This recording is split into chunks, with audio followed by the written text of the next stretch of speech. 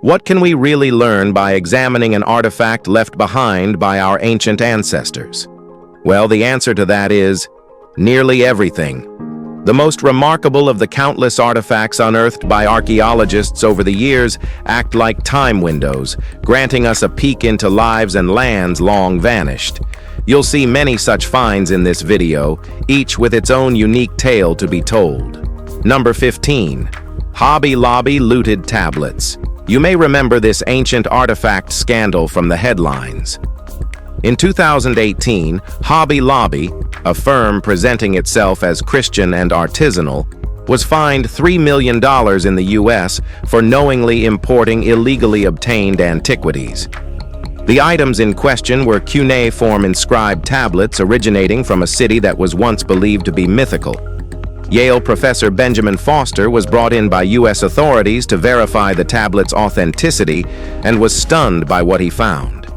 The artifacts, which Hobby Lobby had purchased for $1.6 million, intending to display them in a Bible museum, were traced back to the ancient city of Irisagrig. While referenced in several Sumerian writings, Irisagrig has never been physically located. That means looters and black market dealers reached the site before archaeologists did. These 5,000 smuggled tablets passed through Israel and the UAE before arriving in the United States. Now, experts fear that by the time legitimate excavations begin, there may be nothing left to uncover from Irisagrig at all. Number 14. The Basse-Yutz flagons.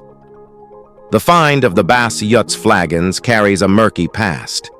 It's widely believed they were found in the Basse-Yutz region of Moselle during railway construction in 1927.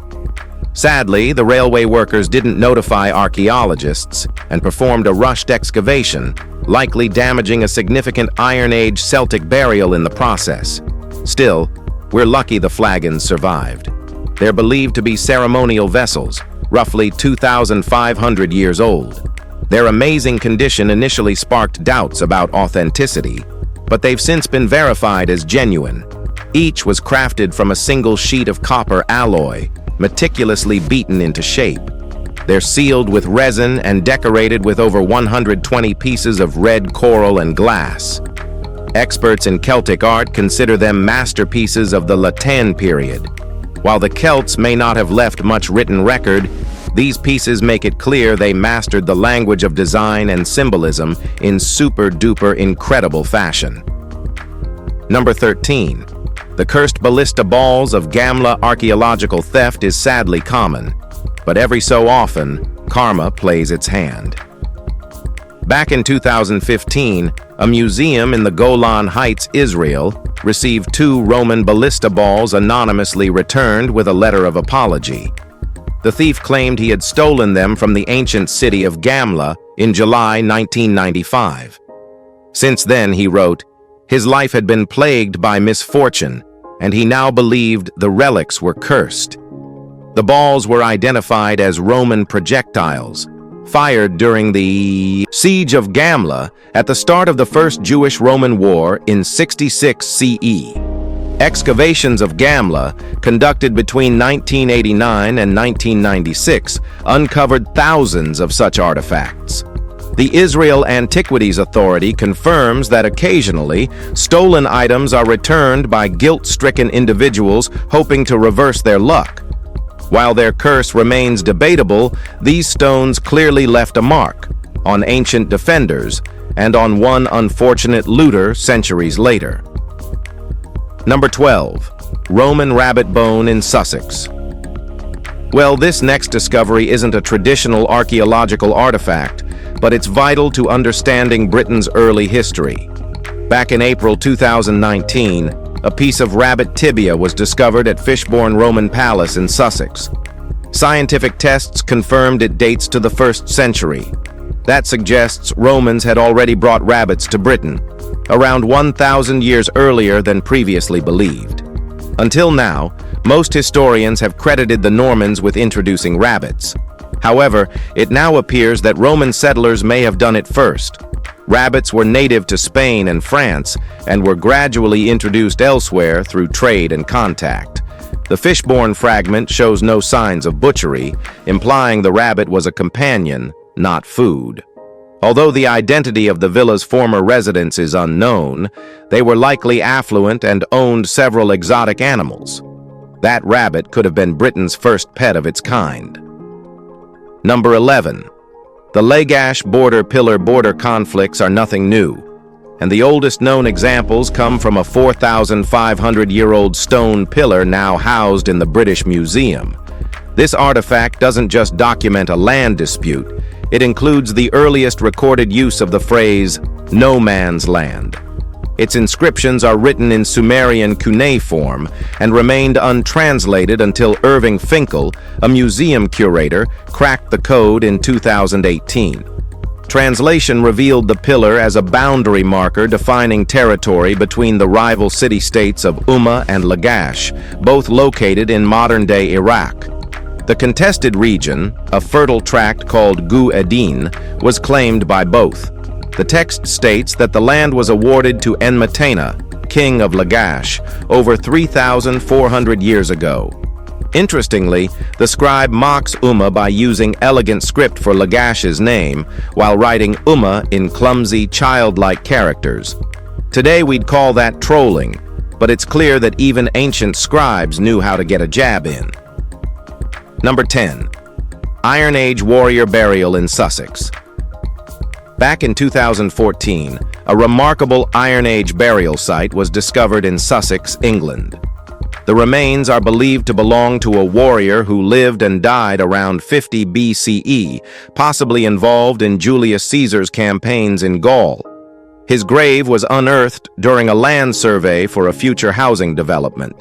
While the area was vacant, researchers found plenty of evidence of ancient human settlement nearby, including a Roman structure, an Iron Age roundhouse, and Bronze Age ditches containing tools. What sets this grave apart is its isolation. No other burials were found in the immediate vicinity.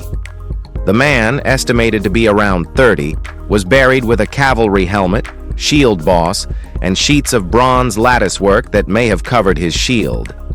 Pottery found in the grave originates from Gaul, suggesting he may have been a mercenary in Caesar's army or simply had a preference for foreign wear. Well, either way, his burial raises fascinating and creepy questions about cultural connections and identity. Number 9, the Catalan Atlas medieval mapmaking, astrology, and astronomy were deeply connected, as proven by the Catalan Atlas, considered the most crucial medieval map. Made by the Majorcan Cartographic School in 1375, it's credited to Cresques Abraham, a Jewish illustrator and mapmaker. The atlas comprises 6 parchment leaves, painted with gold and silver, bound in leather. The first 2 are filled with astronomical and astrological diagrams, including intricate celestial maps that notably depict the Earth as spherical. The remaining 4 leaves feature geographical content, placing Jerusalem at the center of the world. Descriptions surrounding China appear to be drawn from Marco Polo's accounts, many of which are now known to be inaccurate. Despite its flawed geography, the atlas holds historical value, not least because it contains one of the earliest known depictions of compass routes. While it may not be precise in its representation of land, it remains a monumental artifact in the evolution of medieval geographical understanding. Number 8. The Mezin bracelets. When 2 bracelets carved from mammoth bone were found near Mezin village in Ukraine's Chernihiv region in 1908, they were hailed as extraordinary Ice Age jewelry, crafted roughly 20,000 years ago. That alone made them exceptional. But in 2019, researchers proposed an entirely new interpretation. A team of Russian archaeologists from Novosibirsk now believes these bracelets served a practical purpose, possibly functioning as primitive calendars. The carved patterns resemble the Greek meander motif, often seen on amphorae, yet these bracelets predate that by some 15,000 years. Researchers divided the designs into 5 zones, each with 30 meanders and 12 lines, echoing the 366-day solar lunar calendars used in ancient Egypt. The idea is controversial. Most archaeologists remain skeptical, questioning whether the symmetry was symbolic or just decorative. Still, if these Russian scholars are right, these Ice Age people weren't just artists. They may have been the earliest calendar makers. Number 7. Christ figurine returns to York. 2019 marked a joyful moment for York's Christian community, as an ancient gold figurine of Christ was finally returned to the city after being missing for nearly 200 years. The artifact, adorned with gemstones in the eyes, crown, and loincloth, originally belonged to St. Mary's Abbey, now a historic ruin. Experts believe the figurine dates back nearly 800 years and was likely produced in 13th century France, probably near Limoges. It was recovered from the abbey ruins in 1826 and is believed to have once been part of an enamel crucifix used to decorate a religious item such as a manuscript or reliquary. Nobody knows exactly how it left England, but it resurfaced in a private German collection in the 1920s. The figurine remained in Germany for decades, until it was finally reacquired by the York Museums Trust. How amazing is that, isn't it? Number 6. The Riace Bronzes. These are among the finest surviving examples of classical Greek sculpture, but curiously, they were found in Italian waters, not Greek soil. The two bronze statues were pulled from the sea off Calabria's coast in 1972. Their exceptional detailing suggests they may have been modeled on actual people. However, no one knows their identities, or how the statues ended up where they were found. Scholars are unsure whether they were even meant as a pair. It's possible they were created separately and ended up together only after falling from a ship transporting Greek art. Both statues are believed to have been made in a workshop in either Argolis or Attica. Their nudity hints they may depict heroes or deities, but they don't resemble any known gods. We know they're about 2,500 years old, but beyond that, little else has been determined.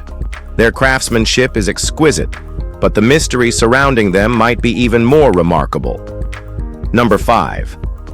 The Pyrgi tablets. The Pyrgi tablets aren't fascinating for what they've told us, but for what they might someday reveal. These 3 golden plates, over 2,500 years old, are inscribed with dedications written in both Phoenician and Etruscan. While the Phoenician portions have largely been translated, the Etruscan language still puzzles scholars. If the two versions align, the tablets might provide the long-awaited key to decoding Etruscan entirely. Found in 1964 in Lazio, under the foundations of an Etruscan temple devoted to the goddess Uni, they're considered nearly as significant as the famed Golden Orphic Book. That relic, believed to be the world's oldest surviving bound book, also contains Etruscan script and details the burial of a noble figure. Between these two discoveries, linguists hope to finally crack the Etruscan code. But even now, its full meaning eludes us, leaving these artifacts poised between what we know and what we still desperately want to understand. Number 4. The Saqqara necropolis statues.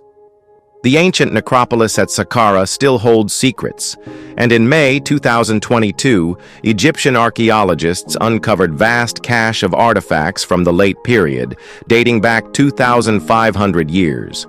The most striking items were 150 bronze statues representing gods from the ancient Egyptian pantheon. Figures of Nefertum, the god of creation and sunrise, appeared alongside statues of Amun, the god of sun and air. Many depictions of Anubis, protector of the dead, were also found. These were just part of a larger haul, which included 250 wooden sarcophagi, ritual bronze vessels, wooden funerary masks with traces of gold, and dozens of cat figurines. Experts believe the bronze objects were used in religious ceremonies. The preservation is exceptional, making it the largest find of its kind in the region. The items will eventually be displayed publicly. Saqqara has already yielded centuries of history, and discoveries like these show that it's far from done telling its story. Number 3. the Tabula Cortonensis. This worn bronze plaque, called the Tabula Cortonensis, offers another glimpse into the mysterious Etruscan world. Dating back 2,200 years, the artifact was discovered in October 1992 in Cortona, Italy. Broken into 7 fragments with an 8th piece still missing, the find's backstory is cloudy. A civilian turned it over to the police, claiming they found it on a construction site. Though the site was later searched thoroughly, no other Etruscan material was found. Archaeologists were initially suspicious and didn't verify it as authentic until 1999. It contains one of the longest surviving Etruscan inscriptions and likely records a legal agreement, possibly about inheritance or a land sale. Some translated words suggest vineyards, farmland, and Lake Trasimeno were involved. Oddly, table furnishings are also mentioned, though with no context, the meaning is unclear. While we're inching closer to understanding the Etruscan language, pieces like this remind us just how much still sits beyond our reach. Still, we say we're smart. Number 2. The Codex Washingtonianus. Among biblical relics, few are as significant, or mysterious, as the Codex Washingtonianus. Kept at the Smithsonian's Freer Gallery of Art, it's considered the 3rd oldest known Bible. Because of its age, it includes a passage absent from modern versions. American collector Charles Lang Freer acquired the manuscript in Egypt in 1906, but its earlier history remains unknown. Tests place its origin between the 4th and 5th centuries. Near the end of the Gospel of Mark, the text contains an unusual exchange. And Christ replied to them, "The term of years of Satan's power has been fulfilled, but other terrible things draw near." The passage has an ominous tone, but nothing more unsettling than other apocalyptic verses. Bible scholar Craig Evans suggests it was later removed for implying that Satan once held power over God. Whatever the reason for its exclusion, this ancient manuscript raises serious questions about what other lost lines remain hidden from the version we know today. What's your take on that? Number 1. Ancient fertility figurines in Rehab sculpting. Nude female forms seem to be a universal fascination in ancient civilizations. We tend to believe these figures were simply admired for their visual appeal. However, archaeologists think there may have been a deeper purpose behind these stone artworks. They were uncovered in Rehab, Israel, in July 2019 and are believed to date back 3,500 years. At that time, Rehab and its surrounding areas were within the Egyptian Empire, and the carvings may have played a role in fertility rites. Rather than nameless female figures, scholars believe they could represent fertility goddesses, such as Ashtart and Asherah. Artifacts like these were once thought to be widespread, often kept in private living quarters. Strangely, though, one of the 5 clay tablets bears a dedication to a deceased man named Amantit. Why a fertility goddess carving would be offered to a dead man remains unclear.